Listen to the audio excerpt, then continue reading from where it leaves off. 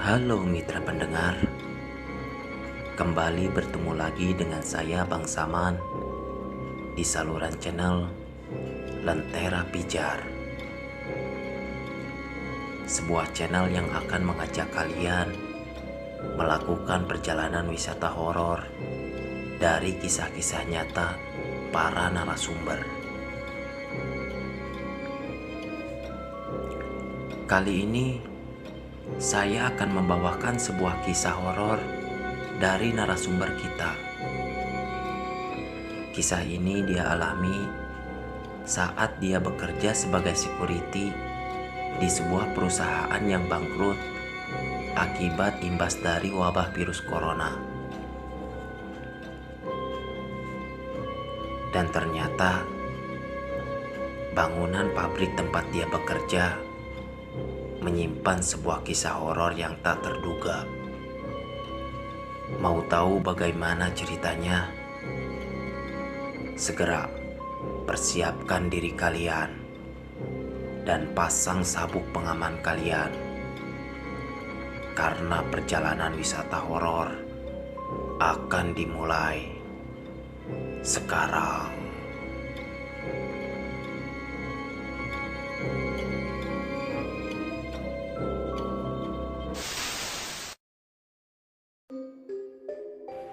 Seumur hidup, saya baru kali ini melihat penampakan makhluk gaib. Biasanya, saya melihat sosok makhluk gaib lewat video-video di sosial media. Namun kali ini, saya melihatnya secara langsung.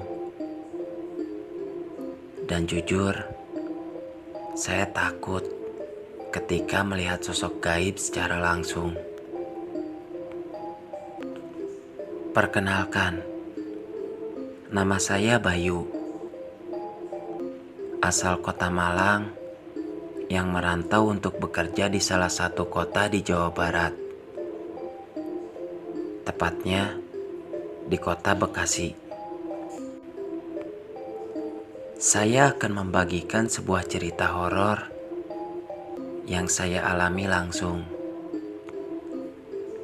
Cerita itu terjadi pada tahun 2020. Saat itu, karena dampak virus corona yang melanda, banyak perusahaan yang bangkrut, sehingga banyak pekerja yang di PHK akibat hal itu, dan saya merupakan salah satunya. Saya sengaja tidak memberitahu orang tua saya di kampung, karena saya nggak mau membuat mereka bersedih. Akhirnya, dengan sisa uang bekal dan tunjangan PHK, saya mencoba bertahan dan melamar ke berbagai perusahaan lain. Karena dampak dari wabah virus corona, banyak perusahaan yang tidak menerima karyawan baru. Bahkan, beberapa kali saya tertipu oleh beberapa lembaga yang menyatakan bisa memasukkan pekerja. Namun, dengan biaya administrasi, waktu itu saya merasa sangat putus asa dengan keadaan saat itu. Pada saat malam hari, saya duduk di teras kosan sambil menikmati sebatang rokok. Saya mencoba mempertimbangkan untuk pulang kampung saja dan membuka usaha di sana, daripada saya terus-terusan bertahan di sini. Yang ada, uang sisa yang saya punya malah habis tanpa hasil. Saat itu, ketika saya sedang melamun, saya dikagetkan dengan suara panggilan telepon yang masuk ke HP saya. Ketika saya lihat suara panggilan itu, ternyata dari Mas Wirjo. Mas Wirjo merupakan salah satu tetangga saya di kampung. Dia juga sama seperti saya, pergi merantau untuk bekerja. Saya dan Mas Wirjo memang berada di kota yang sama. Namun, Tempat kerja Mas Wirjo berbeda dengan tempat kerja saya yang dulu. Bahkan, Mas Wirjo sudah menjadi warga asli kota Bekasi. Dan dia pun sudah mempunyai istri. Saat itu, ketika saya angkat telepon, terdengar suara dari Mas Wirjo. Halo, Bay. Saya dengar kamu sedang menganggur. Iya mas, sudah 1 bulan ini saya menganggur. Saya sudah mencoba melamar ke perusahaan lain, tapi belum ada hasil. Di saat itu, Mas Wirjo menawarkan sebuah pekerjaan kepada saya. Wah, kebetulan banget, Bay. Kemarin, saya dapat info dari teman kalau ada lowongan pekerjaan, namun kerjanya menjadi satpam gudang. Tenang, masalah gajinya tetap UMR kok. Kalau kamu mau, nanti aku bantu agar kamu bisa bekerja di sana. Tanpa pikir panjang, saya langsung menyanggupi tawaran dari Mas Wirjo. Siap mas, saya siap. Dengan perasaan yang bahagia, saya beberapa kali mengucapkan terima kasih kepada Mas Wirjo. Udah, Bay. Jangan terlalu banyak ngucapin terima kasih. Mungkin ini adalah jalan rejeki buat kamu. Sekarang, kamu siapkan saja berkas-berkas lamarannya. Nanti saya kirimkan alamat rumah teman saya.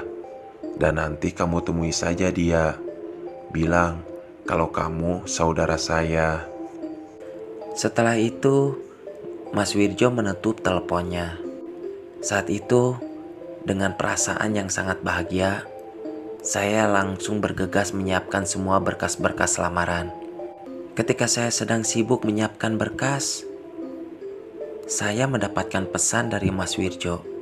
Pesan itu berisi alamat rumah teman Mas Wirjo.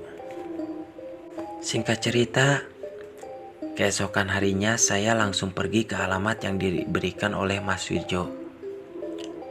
Jaraknya tidak terlalu jauh. Dengan sepeda motor, saya hanya memakan waktu setengah jam untuk menuju gang dari alamat itu.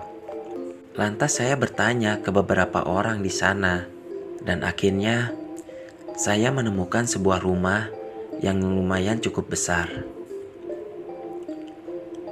Rumah itu memiliki 2 lantai, dengan pagar tembok yang lumayan cukup tinggi. Setelah saya cek kembali alamatnya, ternyata nomor rumah itu sama dengan alamat yang saya cari. Kemudian, saya mencoba memanggil-manggil dari balik gerbang. Dan akhirnya, keluarlah seorang lelaki yang saya perkirakan umurnya sama dengan Mas Wirjo, yaitu kisaran 30 tahunan. Dengan nada yang ramah, dia pun bertanya alasan kedatangan saya. Ada perlu apa, Dek? Saat itu saya langsung menjawab tujuan kedatangan saya ke rumah itu. Ini Pak, saya disuruh Mas Wirjo untuk menemui seseorang. Dan alamat yang diberikan Mas Wirjo adalah rumah ini. Dengan hangat, si bapak itu menyambut saya seperti sudah mengetahui maksud kedatangan saya. Oh, kamu pasti Bayu ya? Saudaranya Mas Wirjo. Ayo masuk, kita bicaranya di dalam. Saya pun langsung memarkirkan motor dan kemudian masuk ke dalam rumah itu. Dengan ramah, si bapak itu menyuruh saya duduk. Lalu dia memperkenalkan dirinya. Silahkan duduk, Dek. Udah, gak usah sungkan. Perkenalkan, nama saya Adam. Saya adalah sahabat dekat Wirjo.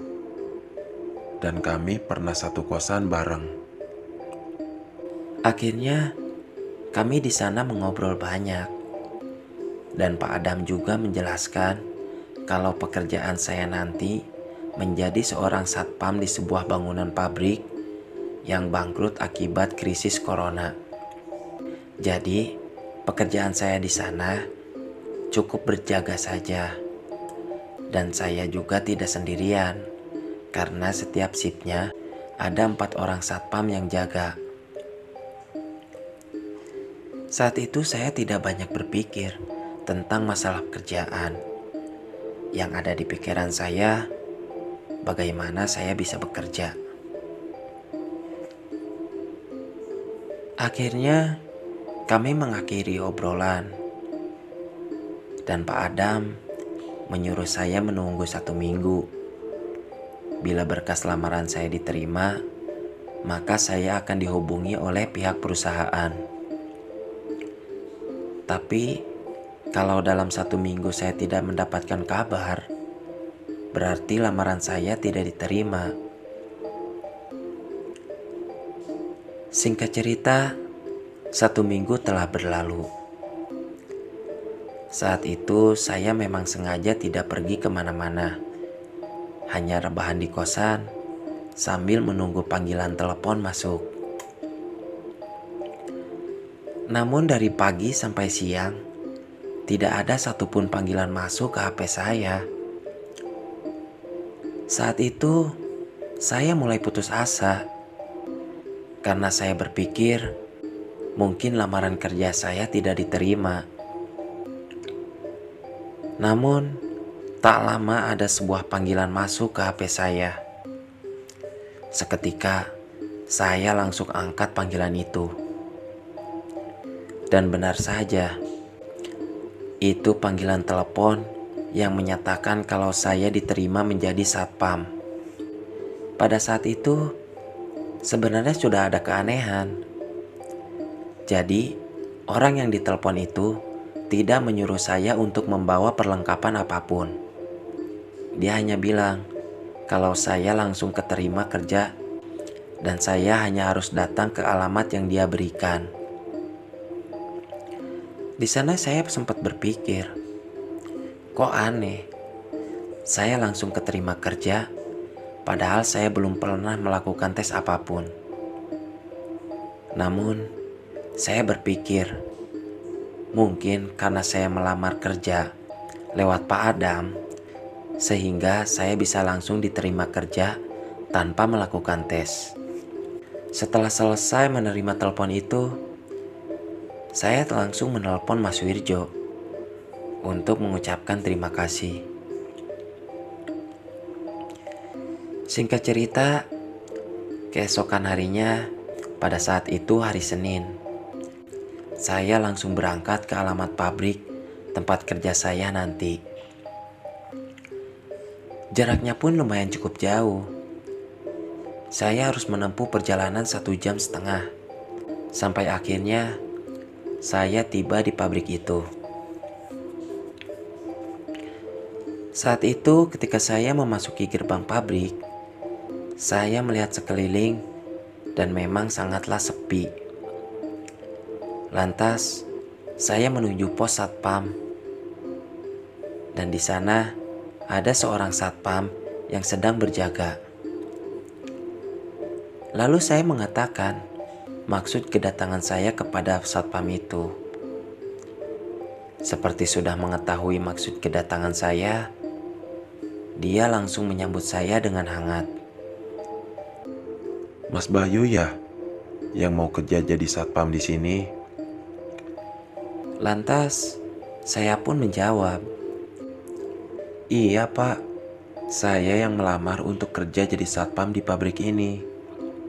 Di sana, kemudian kami berkenalan. Nama satpam itu Pak Yadi. Dia merupakan kepala satpam di pabrik itu. Setelah saya mengobrol, saya langsung diberikan seragam oleh Pak Yadi. Ini dek, pakai seragamnya. Nanti saya ajak kamu untuk berkeliling pabrik ini. Dan untuk masalah berkas pembayaran gaji, nanti bisa diurus sambil kamu kerja. Saat itu saya berkeliling pabrik, ditemani oleh Pak Yadi. Sambil dia menjelaskan area mana saja yang harus nanti saya cek. Saat saya melihat area pabrik itu, saya merasakan nuansa seram. Karena memang Pabrik itu merupakan pabrik yang lumayan cukup tua. Saat itu juga saya dikenalkan dengan Pak Rahmat, Pak Jajang, dan Pak Hendra. Mereka yang akan menjadi tim regu saya saat berjaga nanti. Setelah selesai menjelaskan semuanya, saya dan Pak Yadi kembali ke pos tempat Pak Yadi. Sudah jelas kan, Dek? Apa saja yang mesti dikerjakan nanti? Semoga kamu betah ya kerja di sini. Saya pun langsung menyanggupi semuanya. Dan mulai saat itu, saya sudah mulai bekerja. Dan karena jarak antar kosan saya dan tempat kerja yang lumayan cukup jauh, setelah pulang bekerja, saya memutuskan untuk mencari kosan yang jaraknya dekat dengan tempat saya kerja. Dan akhirnya Pak Rahmat menyarankan tempat kosan yang ada di dekat rumahnya. Singkat cerita, akhirnya saya pindah ke kosan yang letaknya dekat dengan rumah Pak Rahmat. 1 minggu saya bekerja di sana dan semuanya berjalan lancar. Karena memang saya masuk jadwal pagi dan sistem kerja di sana setiap shift kerja selama 12 jam. Untuk shift pagi masuk jam 6 pagi, pulang jam 6 sore. Dan untuk shift malam masuk jam 6 sore, pulang jam 6 pagi. 1 minggu saya melewati pekerjaan saya dengan jadwal shift pagi. Di sana saya tidak mengalami hal aneh apapun. Namun hal yang menakutkan terjadi ketika saya masuk kerja jadwal shift malam. Saat itu saya memasuki jadwal kerja malam. Karena tugas dan kerjaan saya sebagai satpam, saya harus melakukan patroli keliling sesuai area pos. Di pabrik itu terdapat 4 pos, dan di setiap shift ada 4 pegawai. Pos pertama berada di dekat gerbang utama. Pos kedua berada di dekat gudang. Pos ketiga berada di belakang area pabrik. Dan pos keempat berada di sisi pinggiran pabrik. Dan setiap hari, posisi jaga setiap pos berganti giliran. Pada hari pertama masuk kerja malam, saya dapat giliran untuk berjaga di pos area gudang. Dan di setiap 3 jam sekali, saya diharuskan untuk berkeliling mengecek area gudang.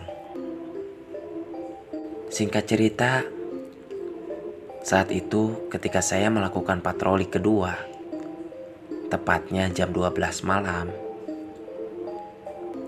saat itu saya mengecek area gudang.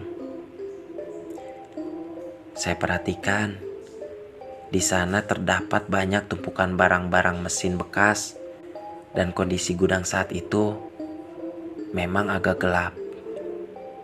Ketika saya melakukan pengecekan di area gudang, saya pun melihat area sekeliling. Di sana, samar-samar saya melihat sosok bayangan putih melayang. Bayangan itu seperti kain terbang. Namun, setelah saya perhatikan bayangan itu, langsung menghilang. Saya tidak menganggap hal itu adalah hal gaib, karena memang saya sendiri agak kurang percaya akan hal gaib. Setelah sosok bayangan putih itu menghilang, kemudian saya mendengar suara yang sangat keras, seperti suara benda jatuh.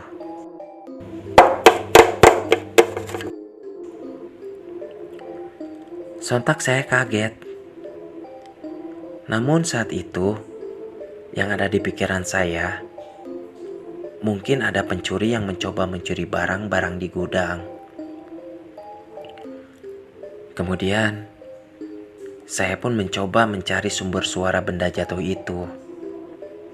Namun, di saat saya mengarahkan senter yang saya pegang ke arah sekeliling, saya melihat seperti ada yang bergerak-gerak dari kejauhan.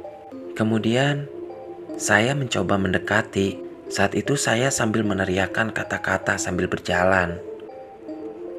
"Woi, siapa di sana?" Namun, ketika saya lihat dengan jelas sosok yang bergerak itu, alangkah kagetnya saya saat saya melihat sosok itu ternyata sosok pocong yang sedang melompat-lompat. Saat itu saya yang ketakutan dan langsung berlari ke arah pos. Dan di saat saya berlari ke arah pos, dari kejauhan, saya melihat seperti ada seseorang di pos. Dan benar saja, di sana ada seseorang yang memakai pakaian satpam seperti saya. Namun, ketika saya lihat wajahnya, saya belum pernah bertemu dengan orang itu. Lalu saat itu, saya pun mencoba menyapanya.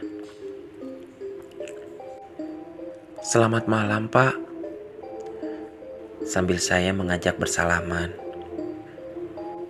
Kemudian, orang itu pun menjawab sambil mengulurkan tangannya. Malam juga. Saat itu, yang saya rasakan saat bersalaman dengan orang itu, tangannya terasa dingin. Namun, saya tidak merasa curiga sedikit pun.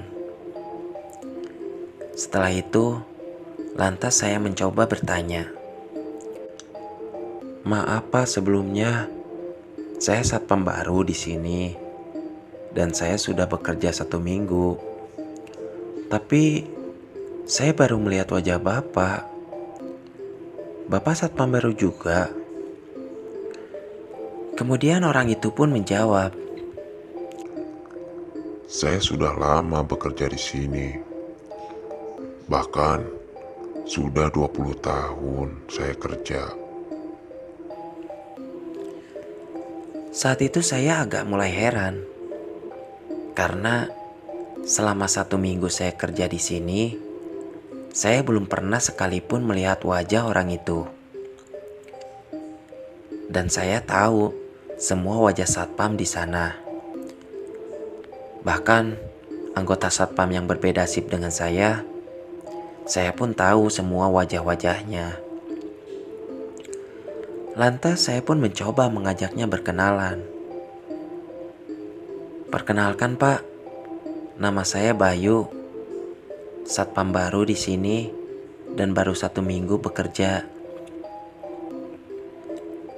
Dengan wajah tanpa ekspresi dan sikap yang dingin, orang itu hanya menjawab, Nama saya Ari. Saat itu saya yang ketakutan melihat sosok pocong di gudang. Justru malah senang dengan adanya Pak Ari.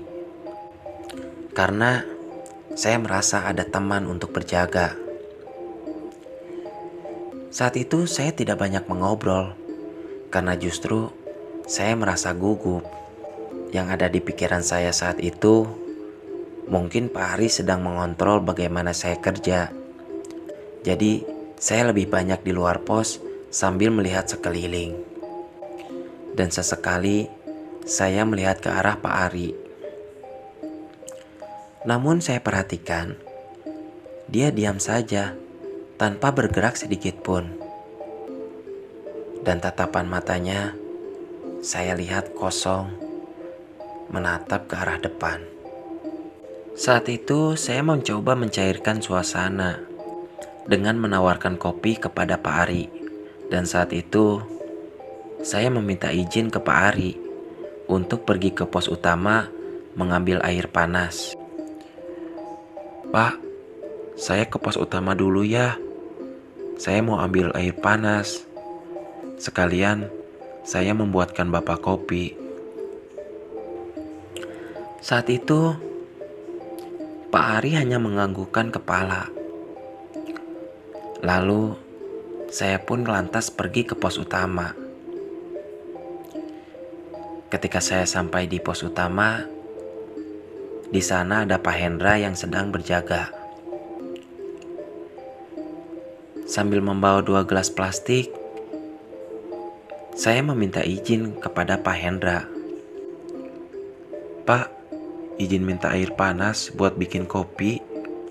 Kemudian Pak Hendra pun menengok ke arah saya.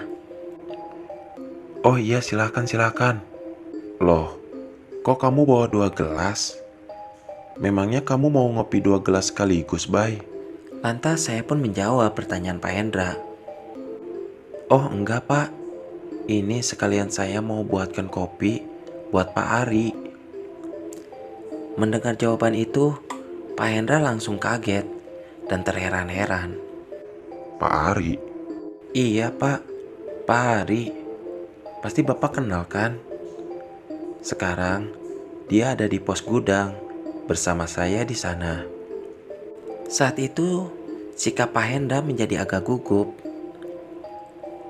Setelah selesai mengambil air panas, saya meminta izin untuk kembali ke pos saya di gudang. "Pak, makasih ya airnya. Saya mau langsung kembali ke pos. Takutnya Pak Ari nungguin saya di sana." Saat itu saya perhatikan, Pak Hendra tidak menjawab apapun. Dan dia hanya terdiam saja. Singkat cerita, saya pun kembali ke pos tempat saya berjaga. Dan ketika saya sampai pos, saya lihat Pak Ari sudah tidak ada di sana. Kemudian saya melihat ke sekeliling luar pos. Dan di saat itu, yang ada di pikiran saya, mungkin Pak Ari sedang berpatroli atau pergi ke pos jaga yang lain. Kemudian saat itu, saya kembali ke dalam pos untuk sekedar menikmati kopi dan bermain HP.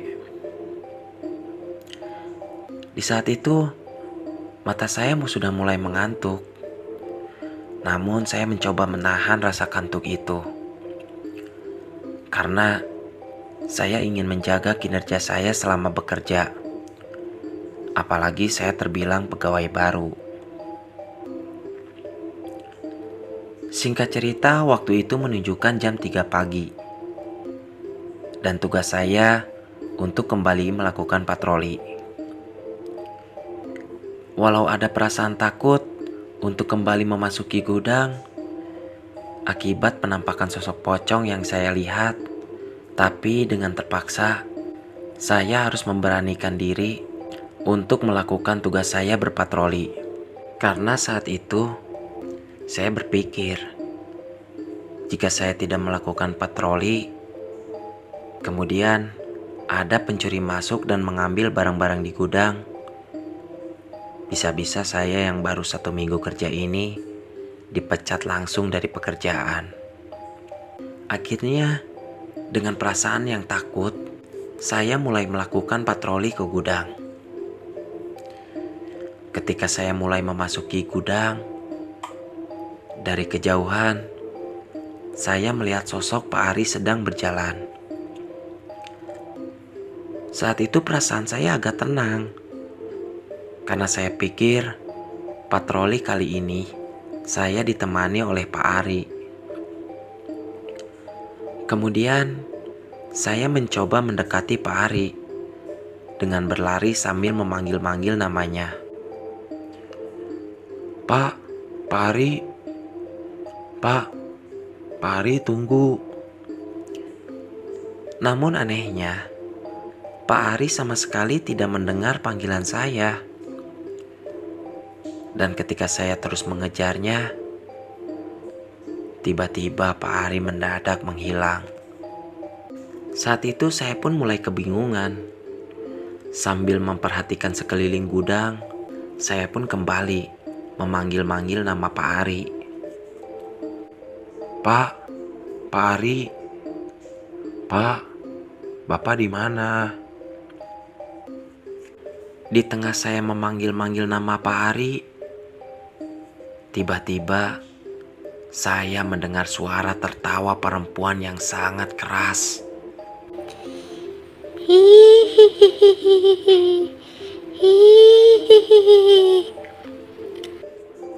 Seketika, saya langsung mengarahkan lampu senter ke sekeliling mencari sumber suara itu. Dan saat saya mengarahkan senter ke arah tumpukan kardus yang ada di sana, seketika saya langsung ketakutan. Karena pada saat itu, saya melihat sosok berwarna putih dengan rambut yang sangat lebat sedang duduk di atas tumpukan kardus sambil mengayun-ayunkan kakinya. Dan sosok itu kembali tertawa dengan suara yang sangat menyeramkan. Namun, sekarang suara tertawanya malah makin keras.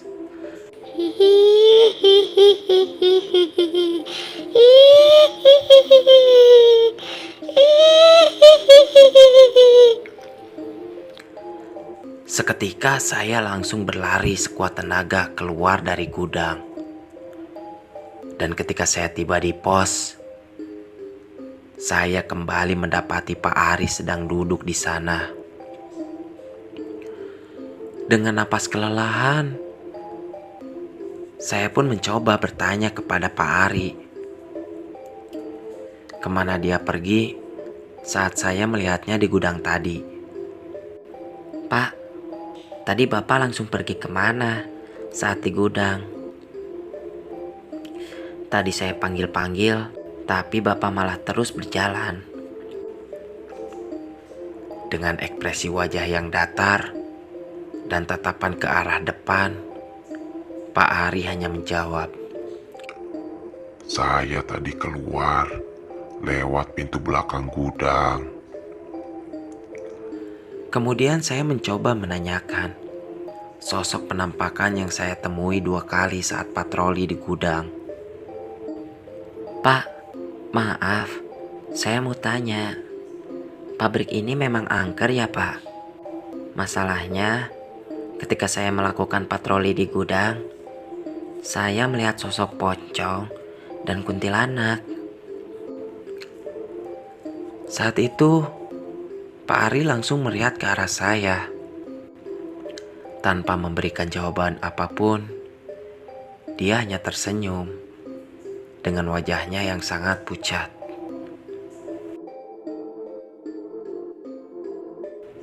Dengan sikap Pak Ari yang seperti itu, membuat saya jadi canggung. Dan karena saya mulai merasa ngantuk, akhirnya saya pun meminta izin ke Pak Ari untuk sekedar tidur sebentar. "Pak, saya minta izin ya untuk tidur sebentar. Saya nggak tahan nih ngantuknya." Saat itu, Pak Ari hanya menganggukkan kepalanya saja. Dan akhirnya, saya pun mencoba untuk tidur sambil duduk. Singkat cerita, karena terlalu lelap tidur, saya sampai kesiangan dan bahkan dibangunkan oleh Pak Hendra. Bay, bangun Bay. Ini sudah jam berapa? Ayo segera ke lapangan. Di saat itu, saya langsung kaget. Dan dengan tergesa-gesa, saya langsung membereskan pos dan pergi mencuci muka.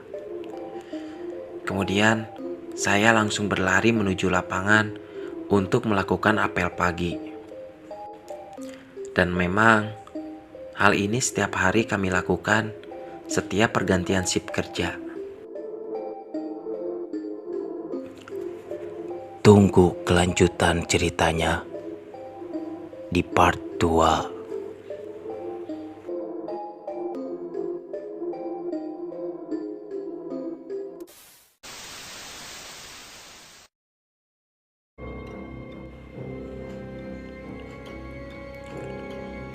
Mitra pendengar, Itulah sebuah kisah horor yang dialami oleh narasumber kita, Mas Bayu.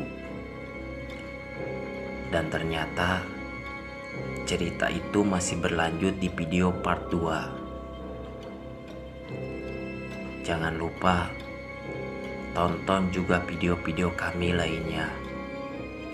Dan dukung terus channel ini agar kami selalu semangat dalam memberikan karya kami dengan mengajak kalian melakukan perjalanan wisata horor lewat kisah nyata para narasumber.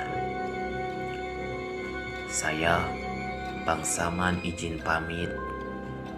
Salam merinding.